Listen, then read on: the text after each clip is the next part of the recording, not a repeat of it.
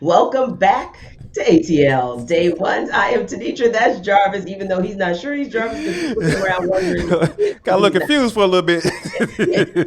But I want you guys to know that we know, you and I, and we'll let him know as well. He is indeed the one, the only Jarvis Davis here, letting you guys know that he and I both appreciate you dropping by all day, every day. We thank you guys for subscribing on Hmm. YouTube. Keep doing that. Keep following us and giving us a like. And of course, any platform where you check out your podcast, check us out and leave us the amazing 5-star reviews that you have been leaving since the Yes. start of the show. Now, you know what? Finally, I wouldn't say it's gotten a 5-star review from me, Jarvis, but maybe, just maybe, the NBA playoffs got up to about a 3, maybe 3.5 for me these last 2 nights, right? Because I Hmm. felt like the Heat and Celtics finally played at least 2.5 quarters of competitive basketball, which was more than we'd seen in the first games in that series, and probably see tonight because it's a true closeout game, right? Hmm. And we also saw some decent competitiveness last night. Of course, that was probably more Warriors taking their foot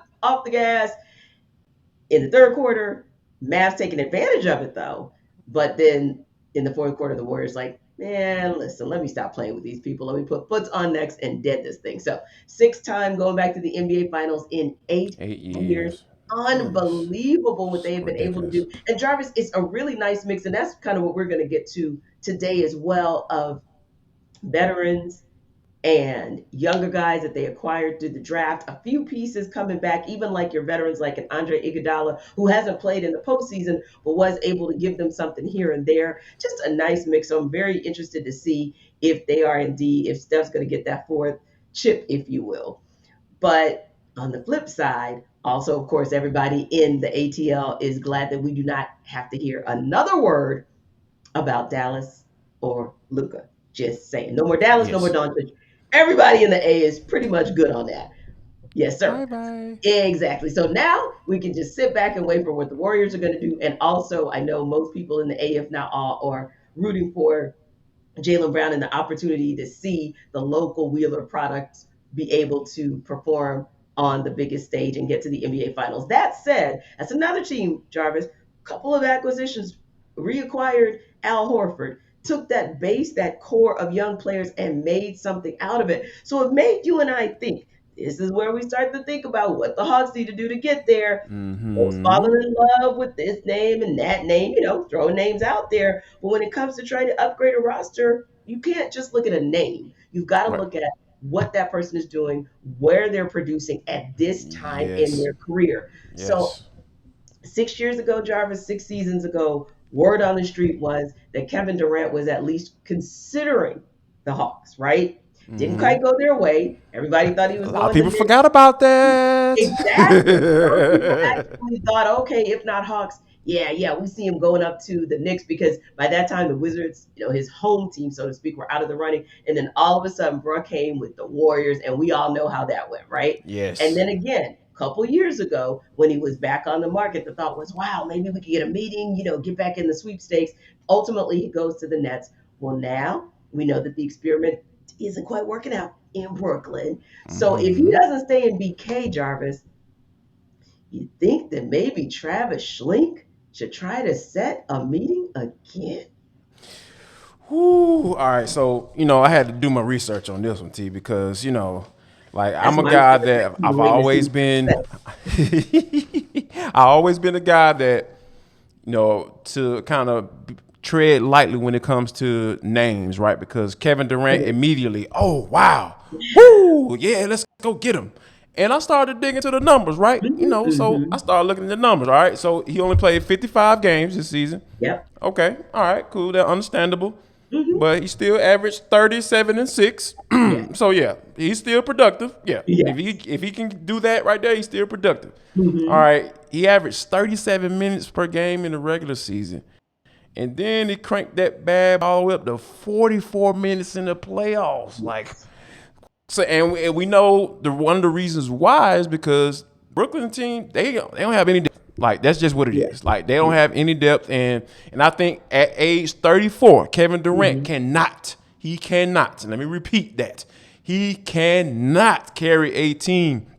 Like some may even say that Yeah. he never carried a team. Right. However, but he was MVP when he was with the Warriors, right? So True. they didn't have Yeah. any they didn't favor Steph Curry, in those Right. situations where they had opportunity to give him an MVP. But KD was the MVP when he won those championships with the Golden State Yeah. Warriors. So I think that he's not that KD anymore. But if Uh, we talking about 34 years old. He hmm. averaged 30 and 7 last year. Yep. His usage was crazy in the playoffs, and you see how that worked out for them. It didn't turn out Hmm. well. Right. You know what? In this, given the way the Hawks are currently constructed, right? Yes. I think that KD would be closer to the MVP guy than Hmm. the guy that he is that what we saw in the playoffs this year. Let me see. Tell you why. Yeah. Because from a usage standpoint, from Hmm. having to create his own shot, he Yes. wouldn't have to do that. Because guess what? Right. There is a superstar on this team. Yes, I Yep. said superstar. There is a superstar on this team Yeah. by the Oh, name of Trey Young. no Well, he question. won't have to worry about that too much. And you can kind of play around with it too and give KD the rock and let Trey play off the ball a little bit. Yeah. And that would work because, you know, people still gonna be concerned about Kevin Durant when the ball is in his hands. Right. Let's keep it real, right? Oh, So definitely. I think Definitely. that if the opportunity comes about. Now, in order Hmm. for this to happen, to see him in Right. the Hawks uniform, there is a Yes. little caveat to this bad Yes. boy.